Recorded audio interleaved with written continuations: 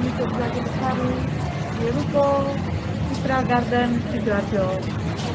Kita akan mengikuti program bagi-bagi bahagia Ramadan bersama Suara Surabaya dan Family Center HDI Sidoarjo. Gerakan ini untuk berbagi buat teman-teman, berbagi buka puasa buat teman-teman kita yang di jalan ataupun yang membutuhkan. Yuk ikutan.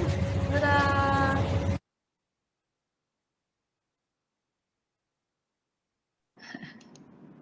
Oke, selamat pagi.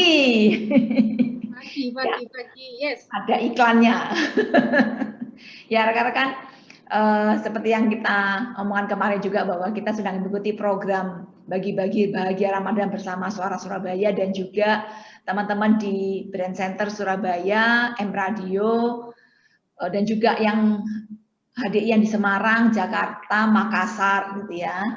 Jadi kalau teman-teman secara pribadi mau ikutan, monggo. Drop point-nya itu bisa di Sidoarjo, bisa di Indragiri, di Surabaya itu, atau di M Radio di Ngagel.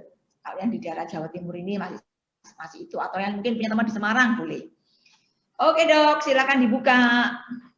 Oke, Assalamualaikum warahmatullahi wabarakatuh. Selamat pagi semuanya, salam sehat sejahtera untuk yang beragama lain.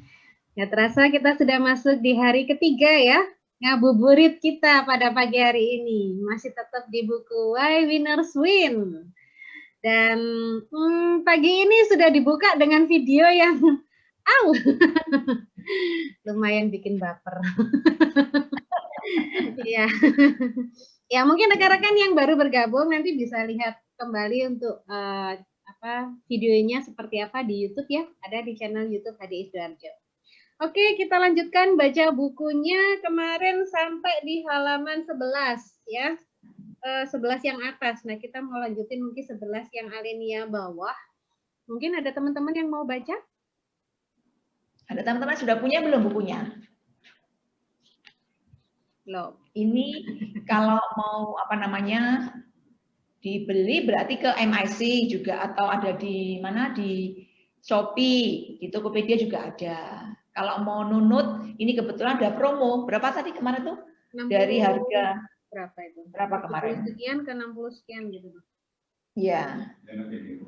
Ya, jadi kita bisa di Shopee itu ada promo kalau 70.000 ya dok ya, nggak salah kemarin. Dari 70 ke 63.700. Nah itu udah ada diskon di Ongkir Shopee. Ya kalau mau nunut lewat Family Center Sidoarjo. Ya, saat ini saya sudah order 5. Kalau nanti siapa yang mau duluan, yang mau diambil, mau dicoba, silakan kontak lewat dokter Endang apa lewat saya gitu, enggak apa-apa langsung. Oke. Lanjut, kita baca dulu ya. Kalau mungkin teman-teman mungkin masih belum bisa baca ya oke, kita berdua. Saya atau Bu Om? Sementara ini kita baca dulu ya, kita bacain ya. Oke, siap. Ya. Alinea. Saya mulai lagi halaman 11. Suatu pagi, Suatu pagi ketika sedang menempuh perjalanan pulang dari kantornya, Matthew Henry dirampok. Sebelum tidur, ia menulis dalam buku hariannya, saya akan bersyukur. Pertama, karena saya belum dirampok sebelumnya. Kedua, karena sekalipun mereka mengambil dompet saya, mereka tidak mengambil hidup saya. Ketiga, sekalipun mereka mengambil segala hal yang saya miliki, nilainya tidak besar. Dan keempat, karena sayalah orang yang dirampok, bukan yang merampok. Wow, ini sikap yang luar biasa ini ya. Nah, seorang teman mengatakan pada saya mengenai sebuah insiden di Bandara Udara Dallas. Ia melihat seorang anak muda yang duduk di atas kursi roda dan tersenyum sangat lebar. Ia memutuskan untuk mendatangi anak laki-laki ini, yang terlihat jelas sedang menunggu ibunya membawakan makanan. Ia menanyakan langsung pada anak laki-laki itu apakah kakinya lumpuh sepanjang umur hidupnya. Anak muda itu mendongak, matanya memancarkan kehangatan yang menyegarkan. Lalu berkata, belum Pak, saya tidak tahu berapa lama ia lumpuh. Namun saya tahu ia memiliki keyakinan positif bahwa suatu hari nanti keadaan akan menjadi lebih baik. Bisakah Anda bayangkan bahwa sikap ini membantunya tersenyum sangat lebar setiap hari? Salah satu pengalaman yang paling mengesankan dalam hidup saya terjadi saat saya bertemu Ed Dorman di Atlantic City. Saya ada di sana untuk mengadakan pertemuan tahunan New Jersey Society of Radiolog Technologies dalam bentuk lokakarya. Ketika saya mendaftar di hotel, Mari Walhei, pimpinan konferensi itu berjalan dan mengundang saya makan malam bersama dengan 4 orang lainnya. Setelah membawa barang saya ke kamar, saya bertemu dengan mereka di lobi. Mari memperkenalkan saya pada Ed Dorman dan Yeta, anjingnya yang menjadi mata Ed. Saya tidak akan pernah melupakan pertemuan itu dan 2 hari berikutnya yang saya habiskan bersama Ed. Ada banyak orang hebat di dunia ini dan perjalanan saya membuat saya bisa bertemu dengan beberapa di antara mereka. Ketika makan malam di Sabre restoran, saya bertemu dengan 1 orang hebat lagi, Janet, pelayan efisien yang melayani di meja kami. Janet memperhatikan bahwa Ed buta. Ketika menyajikan makan malam, ia berbisik dengan lembut pada Ed. Steak Anda ada di posisi pukul 4, kacang Anda pada pukul 7, dan kentang Anda pada pukul 11. Kemampuan Janet memahami Ed membuat saya menulis surat penghargaan pada manajer restoran itu dan memuji sikap yang penuh perhatian. Pada pagi selanjutnya, saya menunggu lift di lantai 5. Ketika lift itu berhenti dan pintunya terbuka, saya berkata, "Halo Yeta." Ed menjawab, "Selamat pagi Art, bagaimana kabar Anda hari ini?" "Hari ini indah bukan?" Saya menjawab, "Ya Ed, tentu saja. Boleh saya traktir Anda sarapan?" Ia menjawab, "Wah, senang sekali. Namun saya harus memenuhi kebutuhan Yeta terlebih dahulu." Kami berjalan pelan-pelan mengelilingi blok itu dan sepanjang perjalanan, Yeta berhenti berkali-kali. Yeta ini anjing tadi itu ya. Setelah pesan sarapan, saya memutuskan bahwa sekaranglah waktunya untuk bertanya pada Ed, bagaimana ia bisa mempertahankan sikap yang sangat hebat itu, seperti itu dalam hidupnya. Ia menceritakan kisahnya pada saya. Hal itu menggerakkan saya. Ed adalah seorang ahli radiologi yang bekerja di sebuah rumah sakit yang besar. Ia sangat sehat dan menikmati pekerjaannya. Diabetes membuatnya buta di usia 37 tahun. Tidak lama kemudian ia mengalami gagal ginjal. Ed tidak pernah menyerah. Ia yakin hari esok akan jauh lebih baik. Kesehatan yang terus bertambah buruk mengharuskannya melakukan transplantasi ginjal. Sekalipun ginjal yang baru gagal beberapa kali, pada akhirnya ginjal yang ditransplantasikan pun bisa berfungsi. Ed tidak bisa belajar membaca braille karena diabetes membuat syaraf-syaraf di ujung jarinya lumpuh. Hal ini memacunya untuk menggunakan waktu luangnya mendengarkan banyak rekaman. Ed menyadari bahwa setiap kesulitan membawa benih yang akan memberikan keuntungan yang sama besar atau bahkan lebih besar daripada kesulitan yang dihadapi itu. Sembari kami sarapan, Ed menghubungkan filosofi yang membantunya mempertahankan sikap yang menyegarkan itu untuk menghadapi keadaan yang sulit dalam hidupnya ini. Ia berkata, "Art, ketika kehilangan penglihatan, saya bisa memilih bersikap pahit dan tidak ada seorang pun yang akan senang berada di sekitar saya. Atau saya bisa bersikap positif dan berusaha menyemangati orang lain. Saya senang saya memilih bersikap positif. Saya memperhatikan bahwa selama konferensi itu, orang-orang selalu berdiri di sekitarnya. Senyumnya menghangatkan banyak hati. 3 bulan kemudian, suatu malam, telepon kami berdiri sekitar pukul 10. Saya mengangkatnya dan yang menelpon ternyata Ed. "Halo Art," katanya menyambut saya. "Apa yang menarik dalam hidup Anda akhir-akhir ini?" Setelah mengobrol beberapa menit, saya bertanya padanya apa yang ia lakukan akhir-akhir ini. Ia menjawab, "Hari ini saya menyiangi halaman." Saya berkata, "Ed, Anda buta. Bagaimana Anda bisa menyiangi halaman?" Ia berkata, "Saya memasang kaleng susu di ujung halaman dan satu lagi di ujung satunya. Lalu saya mengikatkan tali di antara mereka sebagai penanda arah ketika saya bergerak." Saya bertanya lagi apa yang ia telah lakukan. Ia menjawab, "Minggu lalu saya mengecat satu sisi rumah di mana kami tinggal sekarang." Saya menjawab, "Ed, berapa kali seseorang mengatakan pada Anda bahwa Anda buta?" Ia tertawa dan berkata, "Jika Anda terus mengecat bagian yang sama, pada akhirnya Anda pasti mengecat semua bagian itu." Ketika istri saya Barbara pulang, ia berkata bahwa ada lebih banyak cat di badan saya daripada di dinding rumah. Ia mengatakan pada saya bahwa ia baru saja selesai membuat rak. Ia sedikit kecewa karena salah satu sisi rak itu lebih rendah 3 mm. Ia juga memotong kayu untuk perapian. Beberapa bulan kemudian saya menelpon Ed dan menanyakan apa yang telah ia lakukan untuk menikmati hidup. Menurutnya, aktivitas itu adalah bersepeda. Saya berkomentar, Ed, bagaimana jika Anda jatuh ke selokan? Ia menjawab, kalau begitu saya pun tahu bahwa saya menyetir terlalu ke kanan. Benar-benar sikap yang hebat. Setelah beberapa bulan berikutnya, Ed dan saya sering berkirim surat. Barbara menceritakan bahwa Ed senang berjalan ke kotak surat, lalu masukkan tangannya untuk merasakan bahwa ada beberapa pucuk surat di sana. Setiap kali saya menggunakan kehidupan Ed sebagai ilustrasi dalam salah satu seminar, saya meminta 25 pendengar menulis dorongan kepadanya. Suatu kali Barbara berkata pada saya bahwa surat-surat itu membantu Ed tetap bertahan hidup. Ed tidak sabar menunggu. Barbara pulang, kerja, dan membacakan surat-surat itu untuknya. Di hari Minggu malam, saya menelpon mereka berulang kali. Namun tidak ada yang menjawab.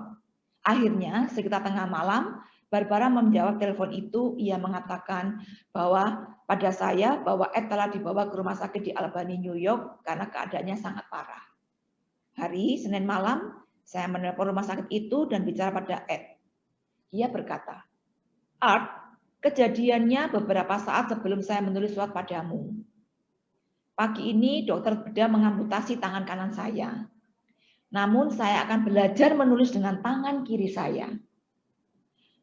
Air mata membasahi mata saya saat saya mengingat teman yang paling menyenangkan dan sangat menderita, namun tetap mempertahankan sikap yang menyegarkan saat menghadapi kehidupan ini. Ed meninggal keesokan harinya. Bersama dengan banyak orang lainnya, saya menjadi orang yang berbeda dan lebih baik karena Ed Dorman.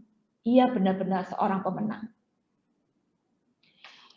Pemenang mengubah keadaan, mengubah hambatan menjadi batu loncatan menuju kehebatan. Demosthenes, orang orator yang hebat itu misalnya, ia gagap. Ia mengalahkan gagapnya dengan cara meletakkan kerikil di dalam mulutnya dan berteriak. Beethoven, salah satu komposer terhebat di dunia, ternyata tuli. Milton, penulis puisi yang hebat itu ternyata buta. Abraham Lincoln hampir tidak pernah bersekolah. Wright bersaudara adalah penjual dan montir sepeda, bukan ilmuwan. Winston Churchill mengalahkan kegagapannya dan menjadi salah satu orator terhebat di dunia ini. Helen Keller yang buta dan tuli menjadi salah satu wanita terhebat Amerika dan sangat dikagumi di seluruh dunia. Ketika mengunjungi San Francisco baru-baru ini, saya naik sebuah lift di salah satu bangunan di sana. Petugasnya, Walter Henley, menyanyi dan bersiul-siul. Seorang wanita bertanya padanya, mengapa ia sangat bahagia. Henley tersenyum dan berkata, karena saya belum pernah menjalani hari ini sebelumnya. Mereka yang berpikir negatif memiliki sikap seperti seorang petani tua yang berjalan bersama istrinya ke stasiun kereta api untuk mengejar kereta pertama. Ketika petani itu melihat betapa kereta api itu sangat besar dan berat, ia berkata, benda itu tidak akan bisa bergerak. Beberapa menit kemudian, mesinnya mulai bergerak dan kereta itu mulai berjalan di atas rel. Petani itu menoleh kepada istrinya dan berkata, kamu tahu, mereka tidak akan bisa menghentikan benda itu. Petani tua itu telah memutuskan untuk bersikap negatif, apapun yang terjadi. Kadang-kala kita merasakan apa yang teman baik saya, David Stone, rasakan. Ia adalah teman baik saya dan tinggal di Palm Springs, California. Di hari sebuah lokakarya yang saya adakan untuk Loma Linda University Medical Center, David mampir di toko jam untuk membeli jam yang sangat besar sebagai hadiah ulang tahun bagi Nelly, istrinya. Setelah membayar, David meminta jam itu dikirimkan ke rumahnya sore itu. Pemilik tokonya berkata bahwa mereka tidak bisa mengirimkan jam itu karena toko itu sudah terlambat mengirimkan banyak jam yang lainnya. David berkata, oke, ikatkan saja jam itu di punggung saya. Pemiliknya menjawab, apa? Anda gila, jam itu terlalu berat. David berkata, saya membeli jam itu milik saya. Ikatkan saja di punggung saya. Dengan ragu-ragu si penjual mengikatkan jam itu di punggung David. dan yang segera mulai berjalan kaki pulang ke rumah. Setelah berjalan sejauh 3 blok, seorang pemabuk keluar dari sebuah bar, berlari menuju David dan menabraknya hingga jatuh. Jam itu pun pecah menjadi kepingan-keping kecil di atas trotoar. David berdiri dan berkata kepada pemabuk itu, "Mengapa kamu tidak berhati-hati saat berjalan?" Pemabuk itu mendongak dan berkata, "Mengapa Anda tidak mengenakan arloji di tangan seperti seorang normal yang lainnya?" Gitu ya. Oke, kita akhir sampai di situ dulu. Ya, kita tanya lucu-lucu ini di akhir ini. Kita sampai di halaman 18 ini ya, tentang seorang pemabuk dan yang jam tangannya besar. Ini luar biasa ya. Kenapa tidak pakai jam tangannya di tangan kok di punggung gitu ya? Ada yang simple, kenapa pakai yang ribet gitu? Sudah jelas ada petanya, ada petunjuknya. Ngapain juga pakai caranya sendiri? Ya. Kita ini kan di HDI sudah ada petunjuk arahnya, ada posnya, path of success gitu ya. Seringkali kan masih berusaha untuk bikin pakai jurus-jurusnya sendiri gitu ya. Merasa lebih besar, merasa lebih bisa gitu kan. Oke. Kita sapa dulu, ada siapa? Oh, ada Bu Selvi Irvianti. Ada Bu Yeni dari Blitar atau mana ini? Saya lupa ini. Agak jauh di Blitar, agak sana. Ada Pak dari Blitar juga, teman-teman. Ya, ini saya membaca lagi Mas kisah ini, Dok. Saya masih butuh nangis. Ya, ada orang yang sepositif itu ya. Saya bayangin kalau jadi dia itu tangan kanannya diamputasi, dia masih punya semangat saya mau baca dengan tangan kiri. Dan dia tidak tahu bahwa besok dia meninggal ternyata.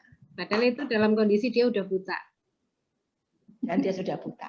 Ya, seperti itu ya. Biasa memang. Ya, seringkali memang ya kalau kita melihat contoh-contoh orang-orang seperti ini ya, tadi juga yang dicontohkan yang lain seperti kayak Wright bersaudara, ya Helen Keller tadi kan di video di awal ya sudah diputarkan bagaimana seorang Helen Keller yang dia ya buta sama, tapi pada akhirnya dia bisa menjadi wanita yang ya Wonder Woman yang menjadi inspirasi banyak orang, dan bahkan di setiap presiden pun juga selalu untuk bersama menemui dia gitu kan ya. Ya seringkali kita itu banyak orang itu berpikir salah tentang kesuksesan ya. Banyak orang berpikir mungkin kesuksesan itu untung-untungan. Nah, kesuksesan itu hanya dimiliki oleh orang yang kaya, kesuksesan hanya dimiliki oleh orang yang pintar, kesuksesan hanya dimiliki oleh orang yang tampan, orang yang cantik, orang yang sempurna.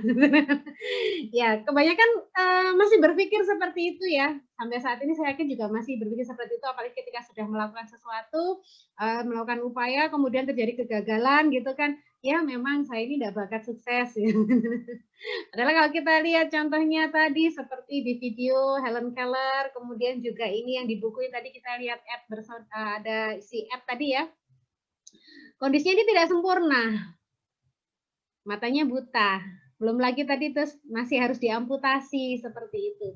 Tetapi yang membedakan kenapa mereka bisa berhasil, bahkan kalau saya bilang dia lebih sukses daripada sebagian orang normal lainnya gitu kan. Karena apa? Di pola pikirnya dia.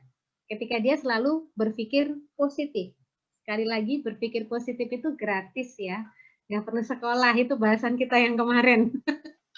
Nah, ini mungkin rekan-rekan mulai review lagi ke diri sendiri, apakah sudah berapa kali kita mengeluh, sudah berapa kali kita ini ya bersungut-sungut ya dengan keadaan atau mungkin hambatan yang kita punyai, kegagalan yang kita hadapi seperti itu. Tapi cobalah melihat kembali dari sisi positif. Kita udah lihat contoh orang-orang sukses yang dalam tanda kutip tidak sempurna, tidak ada kesempurnaan karena ya kondisinya dia buta, ya kemudian dia juga harus diamputasi tapi masih bisa melakukan yang terbaik. Itu sih ya. Mungkin ada yang mau nambahkan apa yang kita dapat dari sharing kita pagi hari ini, membaca kita pagi hari ini? Rekan-rekan mungkin?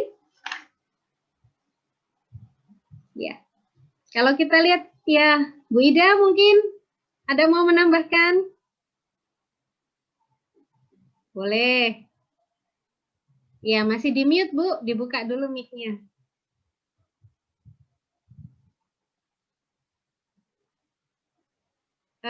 Belum terdengar, Bu Ida. Mic-nya dibuka dulu.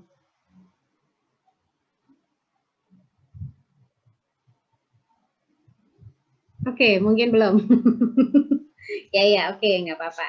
Ya, jadi bagaimana seorang pemenang itu selalu berpikir dari sisi oke, mungkin baginya susah, oke ya nggak apa-apa. Ya, mungkin bagi kebanyakan orang berpikir suatu masalah itu atau mungkin kekurangan itu menjadi hambatan ya. Kalau sudah seperti itu, seringkali lebih banyak meratapi atau lebih suka ya memang seperti ini, nasibku seperti ini gitu kan ya. Padahal sejatinya bahwa seorang pemenang itu dia selain berpikir positif, dia akan selalu berusaha untuk mengubah hambatan menjadi batu loncatan untuk menuju kesuksesan, kehebatan. Dan kita adalah contohnya pada pagi hari ini banyak sekali cerita yang udah kita baca ini tadi ya. Itu mungkin teman-teman ada yang mau nambahkan? Atau Bu Om mungkin Nah, ini kita kedatangan tamu lagi dari Blitar, Pak Misyono dan Pak Andi dari Surabaya. Wah, thank you Pak Andi. kaget saya. Luar biasa. Ini kita teman-teman juga ada yang dari Jawa Barat loh, Mbak Selfie ini dari Jawa Barat loh. Wah, Jawa Barat mana nih? Bandung atau mana ini?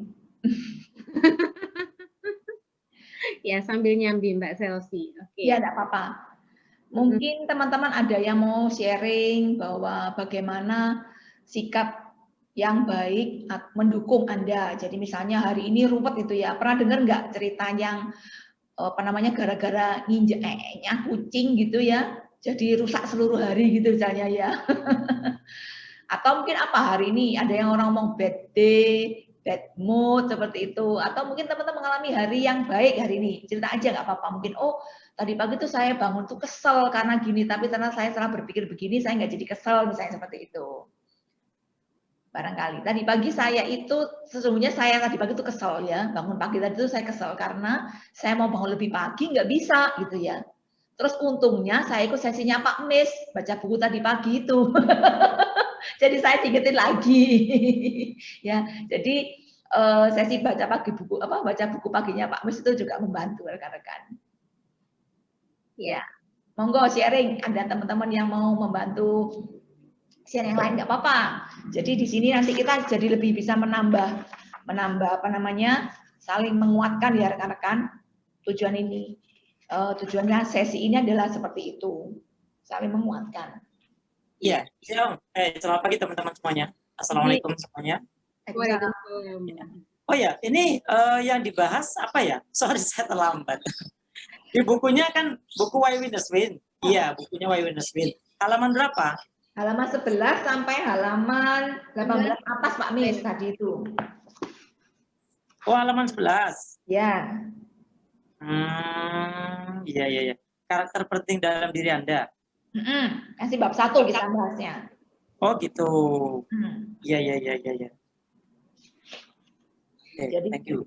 Tadi kita bacakan kisahnya si Ed yang buta dan mengalami banyak macam kejadian dalam hidupnya, gagal ginjal lah, ya, matanya buta lah, juga nggak bisa pakai huruf braille karena ininya juga sudah lumpuh sarafnya, terakhir tangan kanan dipotong, itu dia masih semangat untuk baca pakai tangan kiri.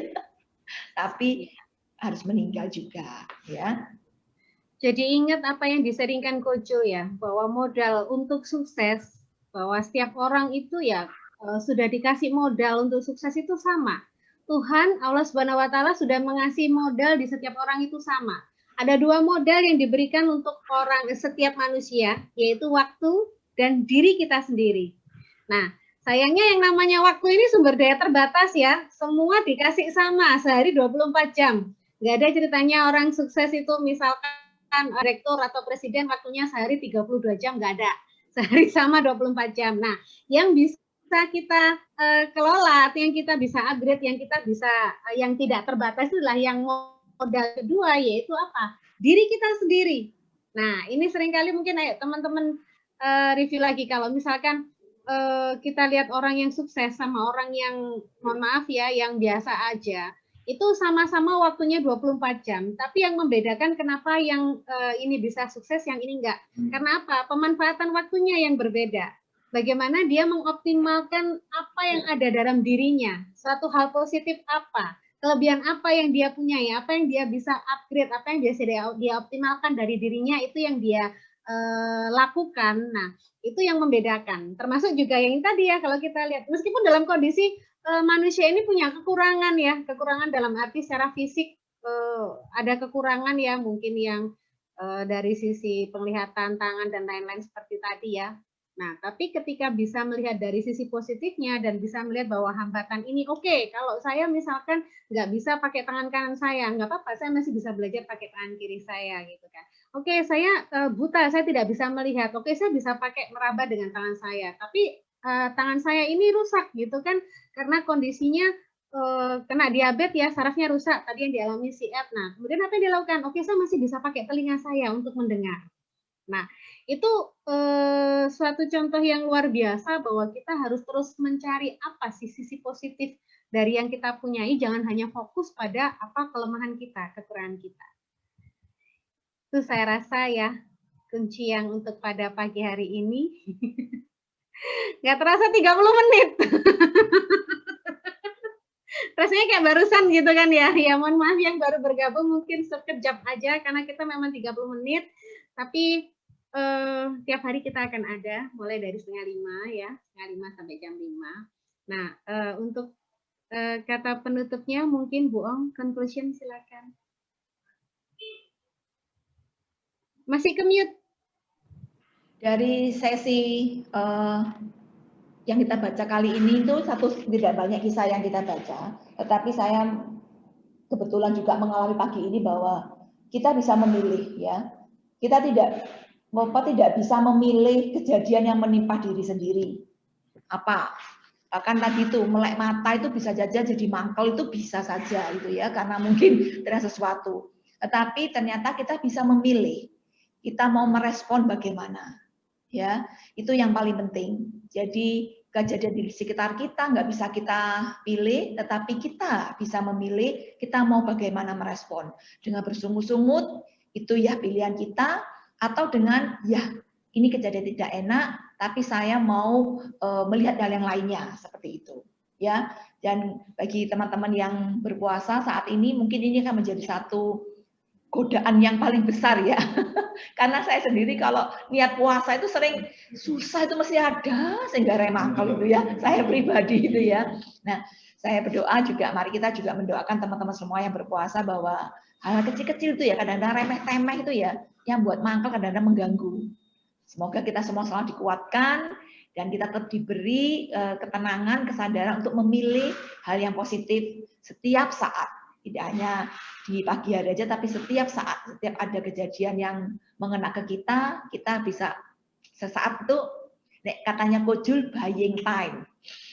Suruh ambil nafas gitu, tenang, baru nanti kita baru bisa memilih mau merespon seperti apa. Itu dari saya, Dok. Oke, terima kasih. Nggak terasa sudah 30 menit kita bersama untuk ngecas ya hati, otak, dan pikiran kita pada pagi hari ini. Semoga manfaat dan terima kasih. Assalamualaikum warahmatullahi wabarakatuh. Selamat pagi. Buka kamera dulu yuk, kita foto bersama. Ingat bagi yang mau ikut challenge-nya dengan gramedia.com untuk bisa dapat THR ya, tinggal upload di sesi ini Anda dapat apa. Kan lumayan toh. Pak Mis juga bisa loh Pak Mis ngajak teman-teman untuk yang sesi pagi hari membaca bukunya itu Pak Mis. Oh iya. Challenge-nya Gramedia. Gramedia. Boleh. Gramedia kok Pak Mis itu, dari Gramedia. Jadi nanti cari aja di Instagramnya Gramedia untuk bisa ikut challenge-nya itu. Asik kan? Iya, kemarin saya sudah ikutin dari acara ini kan. Cuma saya belum masuk, nggak ngerti caranya. Nanti japri ya. Oke, di WA ya, di japri. Yuk, pasang gaya. Kita foto dulu. Ya, Mbak Selfie muncul. 1, 2, 3, cheese. Oke, lagi. 1, 2, 3, cheese. Yo, thank you. Sampai ketemu besok, teman-teman. Dah. Assalamualaikum. Salam.